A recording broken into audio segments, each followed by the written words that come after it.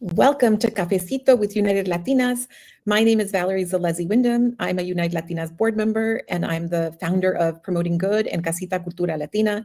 I'm so happy to be here with you this Wednesday, and I am joined by a newer friend of mine, somebody I admire from afar, and I'm so excited to talk to, Julissa Germosén. She's going to talk to us about the year of betting on yourself. What a fabulous title. So welcome, Julissa. How are you? I am doing great. It's great to see you, Valerie. And I'm so glad to talk about this because I think it's an important topic, for us as Latinas to bet on ourselves and to be inspired to do all the things that we want to do.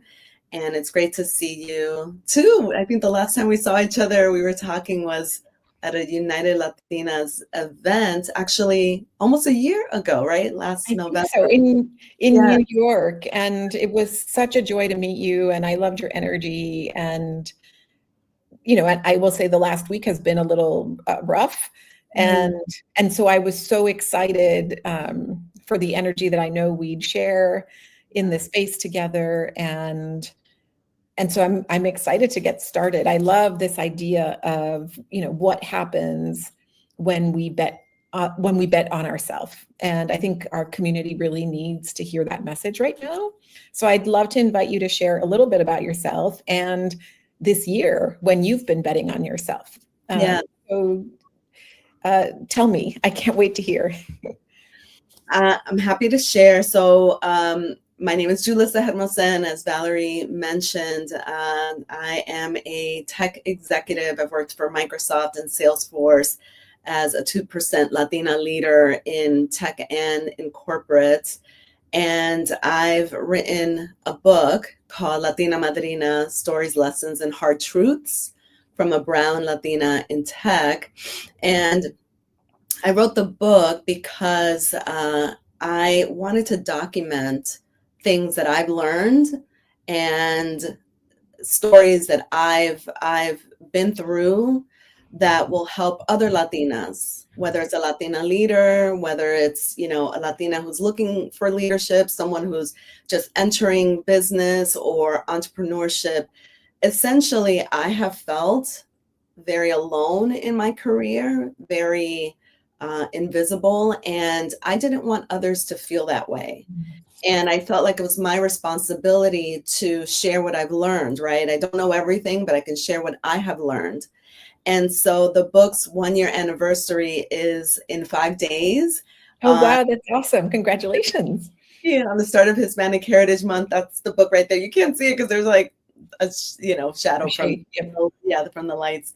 But yeah, so, and in this year of the book tour, so many things have happened. And I believe it's because I really took the time to think about what I want and bet on myself. And I believe that, we really are here to make an impact in our own, communities, in our families, in, our churches, in our synagogues, in whatever community, in our neighborhoods.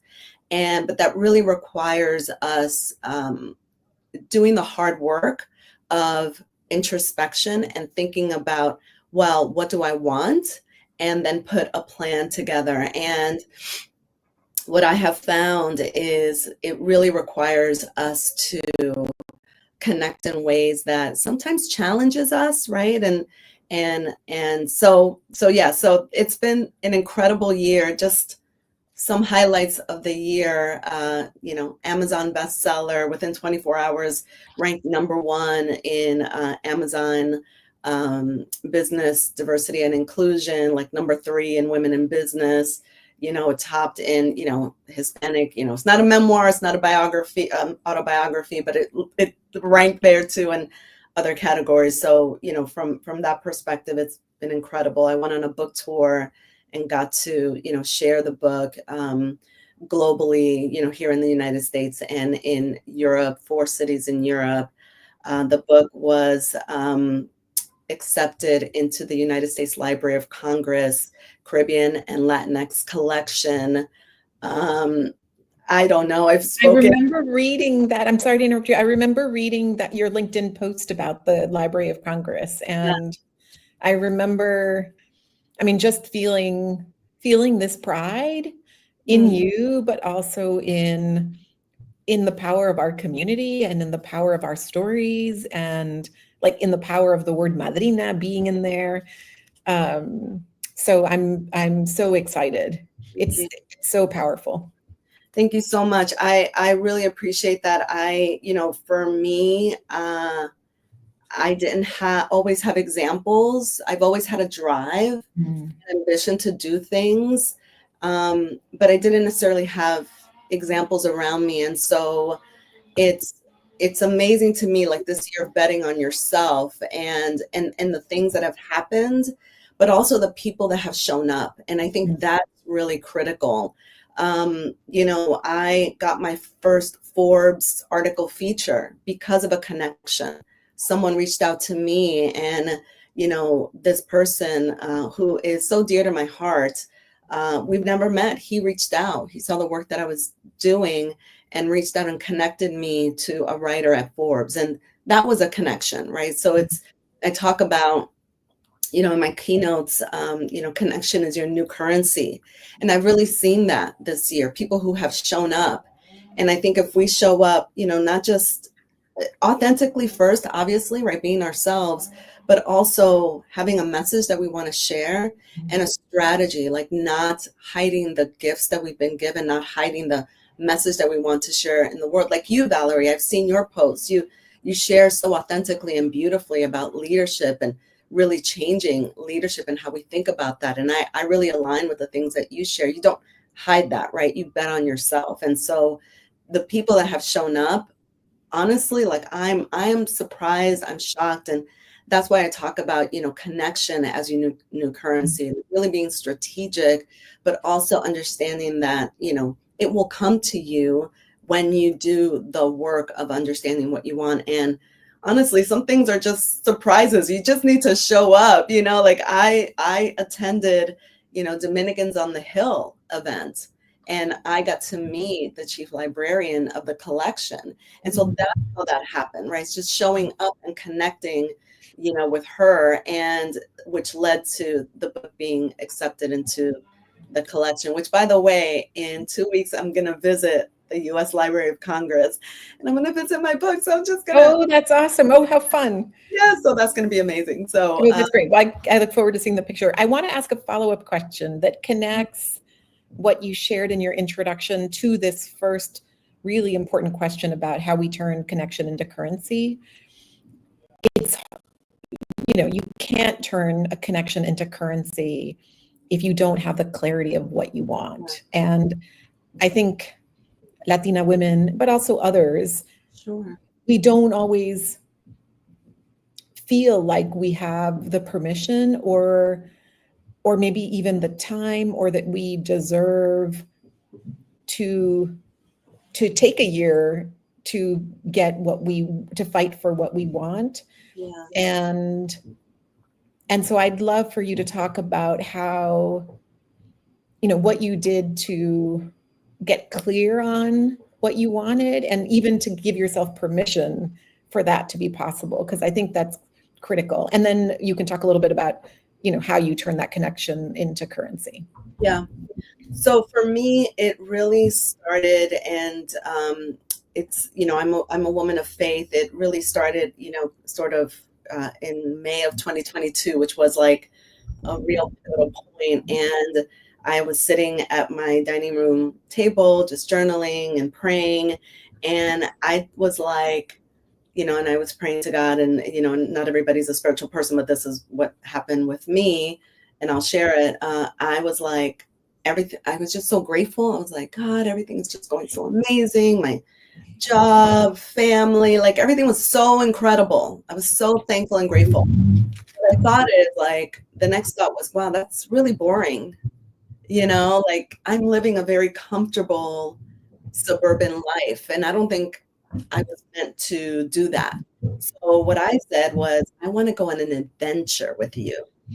And that's how it all started. And so this adventure became my year of my adventure. And so to do, slowly I was, I had some goals. I wanted to do, certain things. And then they started, the opportunities came to me. I wanted to go on a mission trip. I've always wanted to do this and serve in that way. I've never done that. And so from there, right, this is May, opportunities opened up. And I wanted to go to my country, but it didn't even work out that way. I went to Croatia. Oh, how fun. On a mission in Croatia, and I got to also serve Ukraine refugees, women and children, and I got to do a career learning and opportunity there. So it started there, and then I thought, oh wow, this is amazing. I want to now, speak on a global stage. As a leader, you're always speaking to teams and all hands, and you're doing that, right? And so then the opportunity started. The moment that the opportunity started finding me, Julissa, we need you to speak at this all hands. We need your team to speak over here, and it was literally weekly. Because I said, this is what I want. And so then that happened. I went to Croatia. I came back and I said, okay, I want to write a book. I want to do a TED Talk. I want to speak at the United Nations. I want to speak at Davos. And two of those things occurred, right? And so the TEDx happened because I was in a executive women's mastermind group, and I met a TEDx coach. So, I mentioned this is what I want to do. And then we worked along in the mastermind group. But about 6 months later, she said, there's an opportunity, I'm speaking. Now I'm speaking. And I said, okay, I need to talk to you. And so that connection is what happened. And then it became that my topic aligned with the theme of legacy for that TEDx. And so that's what I mean by connection is your new currency. That's what I mean about people showing up for you, because you've already put out there for yourself and for others that this is what you want to do. Now, the other things didn't happen, right? The UN didn't happen, Davos didn't happen, but it's fine, right? It's all good. Other things have happened. And but that's what I mean. That's what I'm talking about. Opportunities. But we've got to be very clear about what we want to do. And I agree with you, Valerie. I think the some of the challenges is that we're so busy. We're very busy with, with work, our careers, family, if you have children, parents and taking care of parents, all of those things. There's challenges, there's ups and downs. But I know for me, the other thing, for me, years ago, I felt like I didn't have a voice, and didn't, I was very, I wasn't feeling confident in myself. And so when that really changed for me is when I thought, okay, I'm going to go for it. Let's just do all the things that I've always wanted to do. And so I just want to encourage everyone who's listening, who has dreams, just work on them, document them, and make connections and show up for other people. And you'll be so surprised how many people show up for you. Here's the thing. People have been reaching out to me I haven't talked to in years.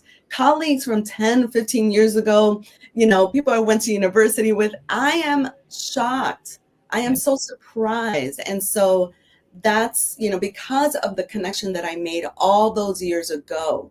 It's not because of what I'm doing now. It's because they've remembered me and the work that I did with them. And now it's coming back tenfold. Yeah. So, yeah.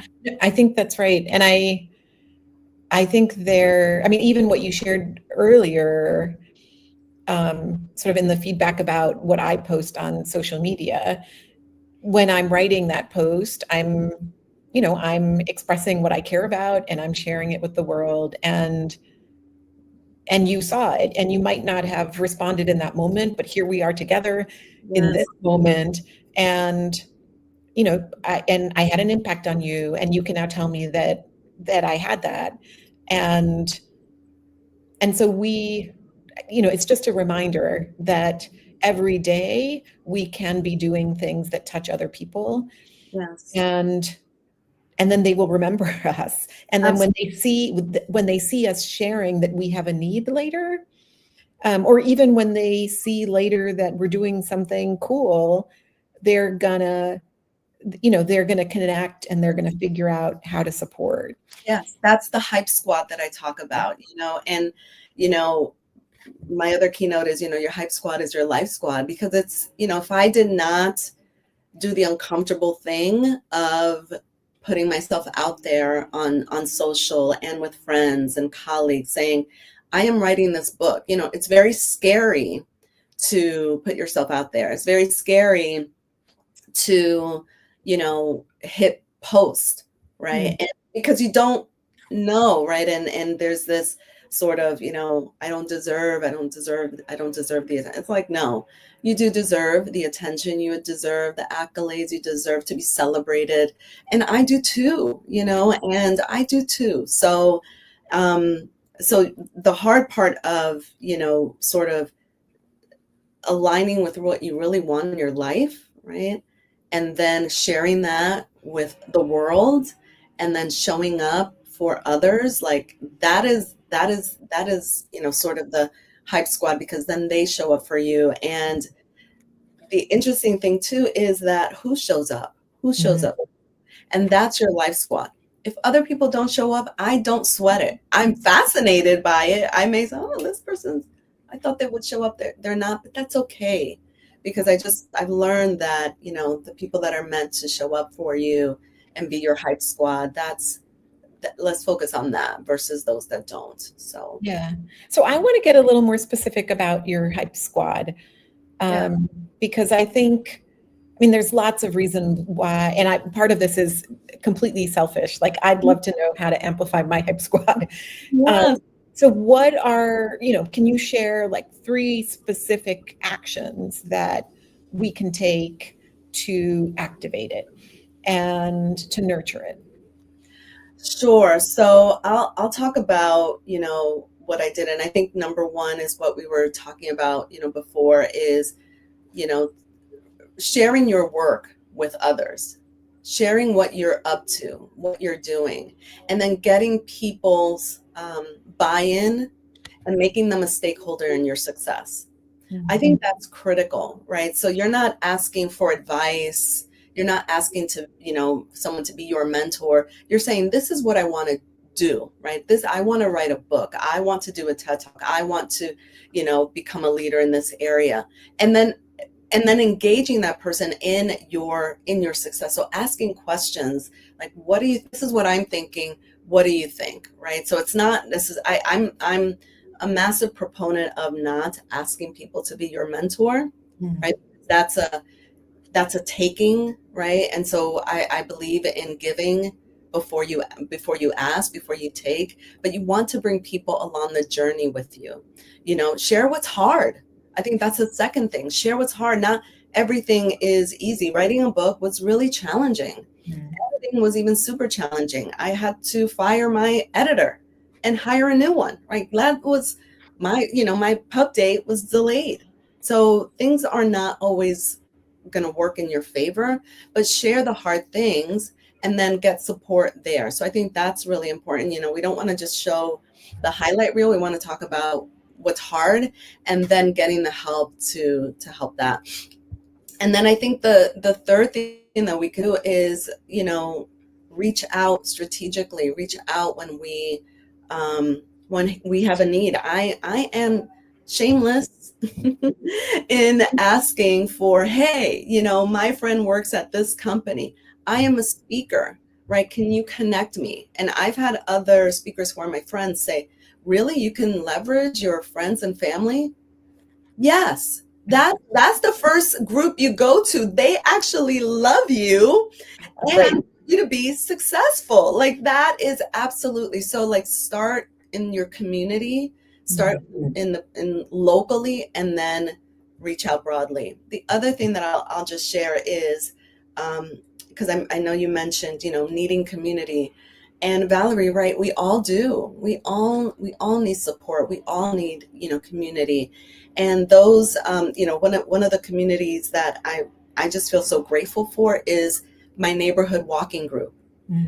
My neighborhood walking group. I walk with, a couple who are elderly in their 80s, another couple who are retired in their 70s, and then a young teacher who is 30, and they all have dogs. I do not have dogs. I don't have a dog, but I love walking with this group, right? Because they're also my hype squad, and they are, like my 80-year-old Scottish neighbor wrote a review for the book, and she's a former teacher, and she, she was so meticulous. I mean, she had notes. It was amazing. And that is what feels good, because I've built that relationship and that friendship.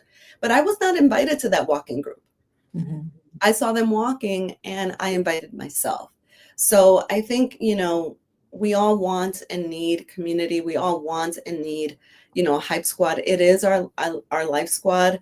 When I talk about it in a keynote, it's about personal branding. It's about, identifying, people internally or externally in your organization that's going to speak in rooms that you're not in, that's going to help you, and how to do that in a manner that is, authentic, elegantly, right? Elegantly and effective. So. Wonderful. And I something powerful about what you're describing in your hype squad and your life squad is, we also need different kinds of community and different kinds of support, and we can find it all around us, and we can ask for it. I think we also can invite others into ours, and there's power in both of those things. I agree. One of the things that I talk about in one of my keynotes, Connection is Your New Currency, is the loneliness epidemic that we're facing today. And, I think, we're leaders and people and are sort of grappling with all the things that are happening right now with the economy and the political state, and so much uncertainty and layoffs. And there's this sense of, deep loneliness and a lack of connection, not just at work, but, all around. And, I talk about, 1 in 5 workers, 1 in 5 people say that they're lonely, with 1 in 5 workers saying that they're lonely all the time. And I was one of those 5, and I needed community. And I think we've got to, obviously, it's for me, I think of loneliness as an indicator, and I had to learn that. It's a signal, right? It's telling me that I have a need that's not being met. Mm-hmm. And I used to feel ashamed for feeling lonely, and sometimes I still do, but I have to tell myself, oh no, I've got to do something about this. This is telling me that I need something in my life. I need connection. I need community. I need, to, spend time with a friend or, a colleague, or, you know what I mean? I need something. I need to have fun, that kind of thing. So it's an indicator, but it's, it's a human need, and it is. And help ourselves, alleviate, knowing that it's a human need to feel that connection. I think that's right. I'm sorry, I didn't mean to interrupt you at the end. Yeah. I want to add that we can feel lonely even when we are surrounded by people. Yes. And so it's not only when we're home alone. And maybe I don't know that it's worse, but both things feel very, very lonely. I want to close by talking about your legacy, because your legacy is about connection. And so tell me what your legacy work is. Wow, that's a powerful question, and I can get a little emotional when you think about that. I hope that I am sort of laying the foundation of legacy now, by being an example for not just Latinas in our community, but for anyone that feels, marginalized, different, anyone that, has a need for, connection, human connection in their life. I hope that I'm laying the groundwork and being an example with the book and the TED Talk with all these things. So I don't know. I think when I'm a bit older, I'll answer that. But I just hope that that I'm laying the groundwork and inspiring and encouraging others. I'll say one last thing, which I just found out last night, and I just posted it about an hour ago, but the book won honorable mention for Best Business Book for the International Latino Book Award. So wonderful. I'm thrilled, and I do think that that's part of the legacy. Just in this book, telling hard truths, and sharing my story so that others don't feel alone, as I mentioned, earlier. So, yes, well, that's a beautiful legacy that's in the works, and how exciting! I have not yet read your book. It's on my list. Oh, thank you. And you'll have to sign it when I see you next. Yes.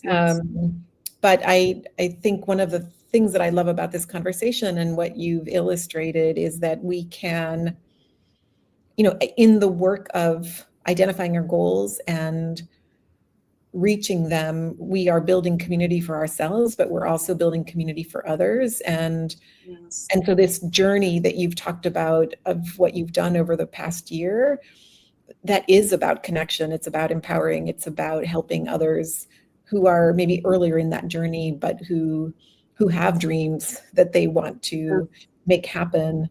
And so by modeling those behaviors, you're cementing a really beautiful legacy. So thank you for sharing that with us today with the United Latinas community. It's been such a pleasure to chat.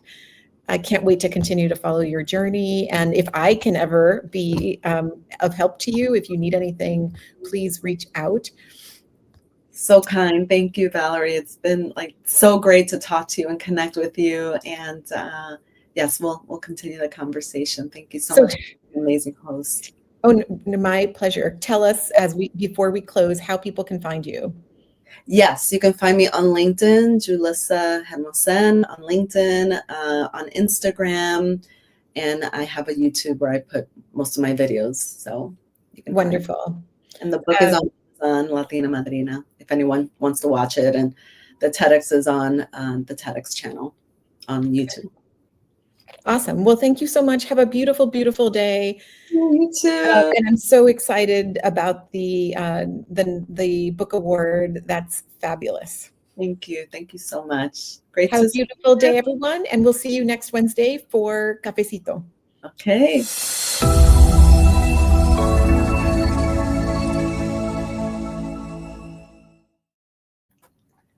Wonderful. Thank you so much.